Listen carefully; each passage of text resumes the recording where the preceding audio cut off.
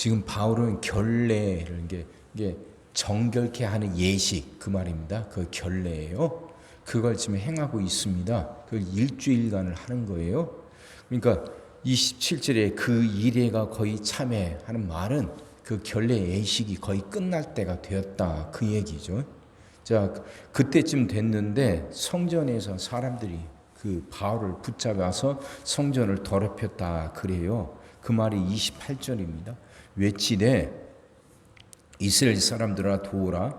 이 사람은 각처에서 우리 백성과 율법과 이곳을 비방하여 모든 사람을 가르치는 그 자인데, 여기서부터요, 또 헬라인을 데리고 성전에 들어가서 이 거룩한 곳을 더럽혔다 이런단 말이에요. 무슨 말이냐면 성전에는요 이게 구획이 딱딱 정해져 있습니다. 이방인의 뜰이 있습니다. 그 이제 이방인이 들어갈 수 있는 곳이에요. 그 안쪽이 이제 여인의 뜰, 그 다음에 이스라엘의 뜰, 그 다음에 제사장의 뜰 그래요. 근데 이제 이방인의 뜰에서 여인의 뜰, 그러니까 여인들은 이스라엘 여인들을 말하는 거예요. 그 사이에 이게 벽이 있습니다. 못 들어가요. 그리고 그 벽에 그렇게 써 있다고 그럽니다. 누구든지 이 벽을 넘어가는 이방인은 죽음을 당하리라. 그렇게 써 있다고 그래요. 그러니까 그 구역을 넘어가는 건 성전을 더럽힌다고 생각하는 거죠. 근데 지금 바울이 그 이방인을 데리고 그 벽을 넘어섰다는 거예요. 바울은 지금 그게 아니잖아요. 정결 예식을 행하는 건데.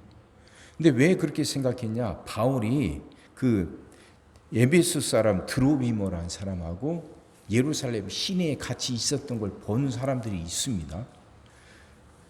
그냥 시내에서 이방인과 같이 있었는데 그걸 트집 잡아서 바울이 그 사람을 데리고 성전 안으로 들어갔을 것이다.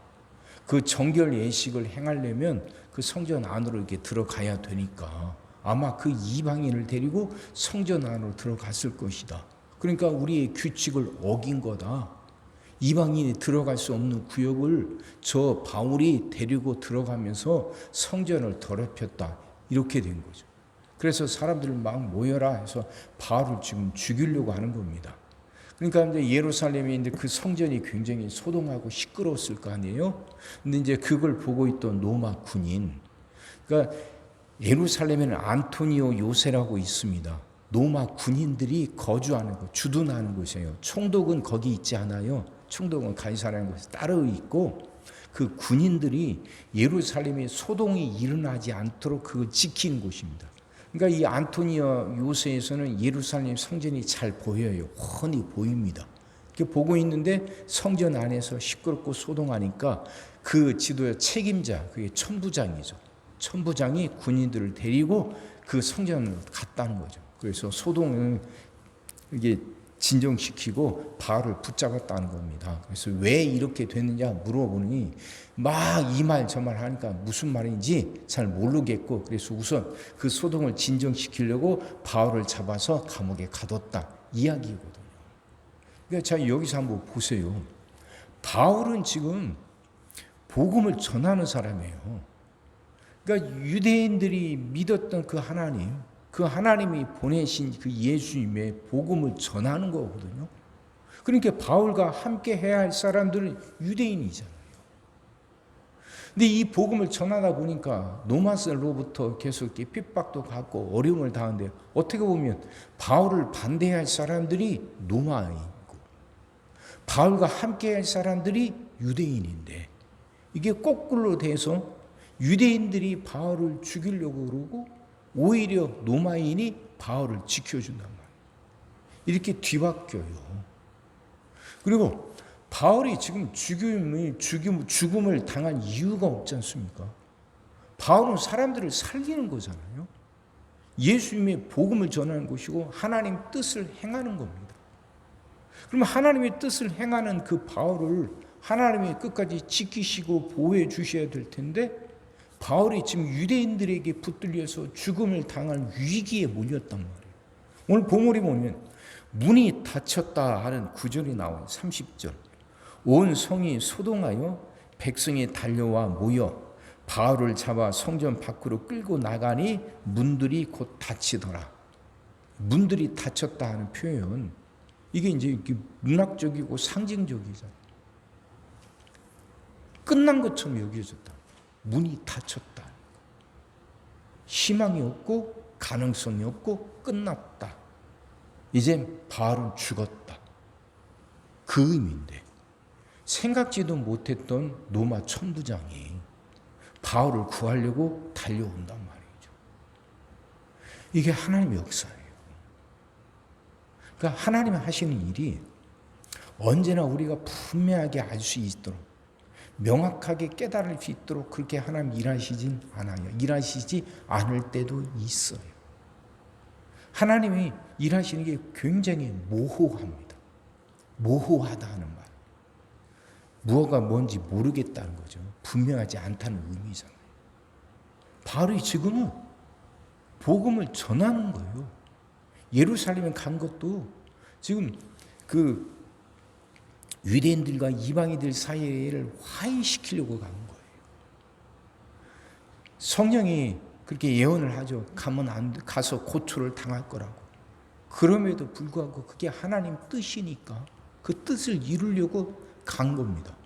근데 거기서 고난을 당해서 죽음의 위기에 빠져요. 문이 닫혔다 할 만큼 앞이 보이지 않는 거예요. 피할 길이 없고 이제 이대로 정말 다 끝났다 싶었던 거죠.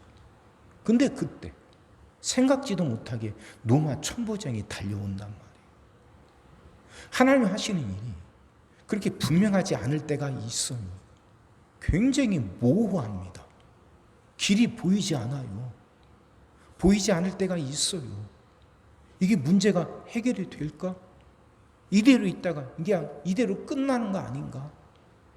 어떤 희망도 어떤 가능성도 보이지 않고 그 문제가 해결될 기미가 전혀 보이지 않아요. 그냥 문이 닫혔다니까요.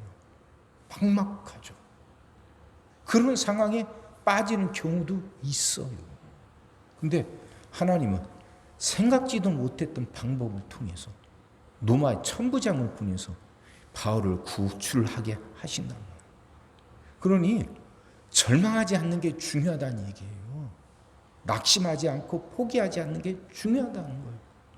하나님이 일하시는 게 언제나 분명하게 우리가 보고 깨닫게 일하시지만은 않으셔요. 굉장히 모호하셔요. 이게 될까?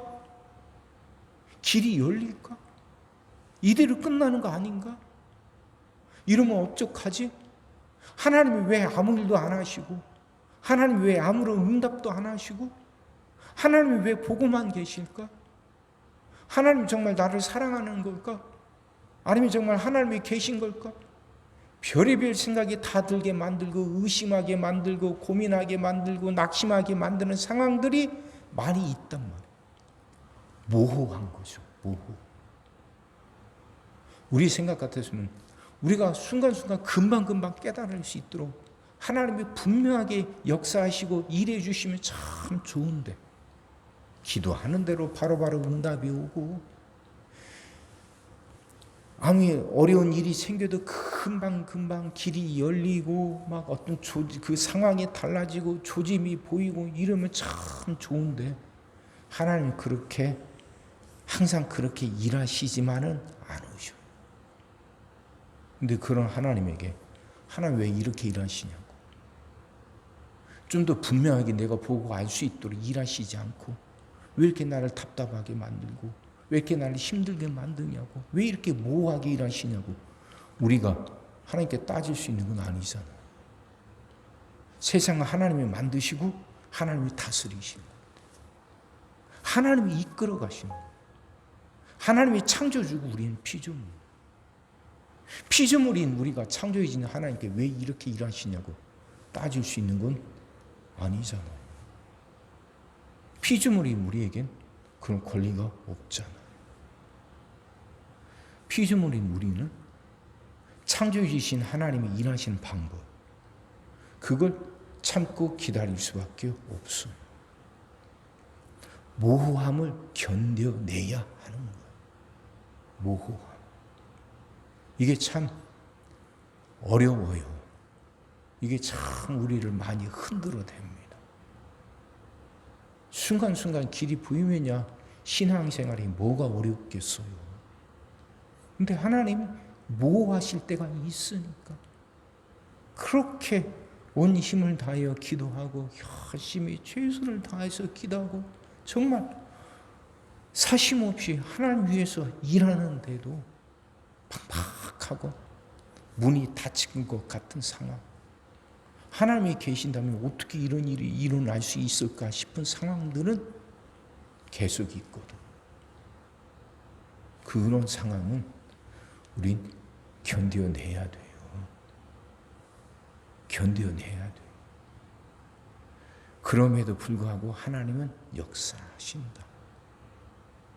내가 알 수 없는 어떤 방법을 통해서도 하나님이 역사하신다. 로마 천부장이 달려올 거라는 거 누가 상상을 했겠냐고. 문들이 닫혔다니까요.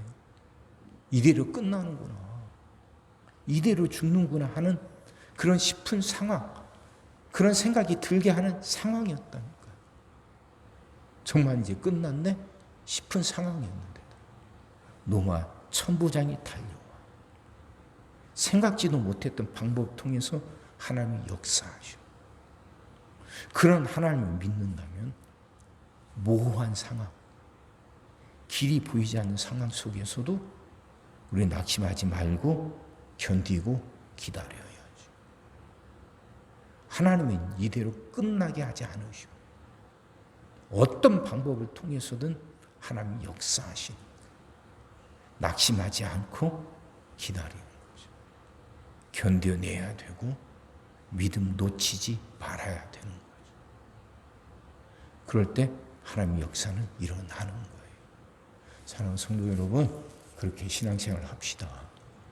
그게 믿는 거예요. 그게 신앙생활이에요.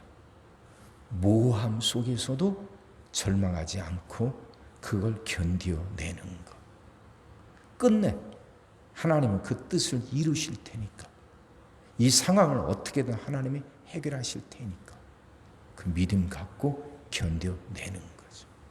그렇게 믿음 갖고 모호한 상황을 견뎌내서 끝내 승리하며 살아가는 여러분과 제가 되기를 주의 이름으로 축원합니다. 기도하겠습니다. 사랑의 주님, 말씀이 이해가 되게 하시고 깨달아지게 하시고 은혜가 되게 하여 주옵소서.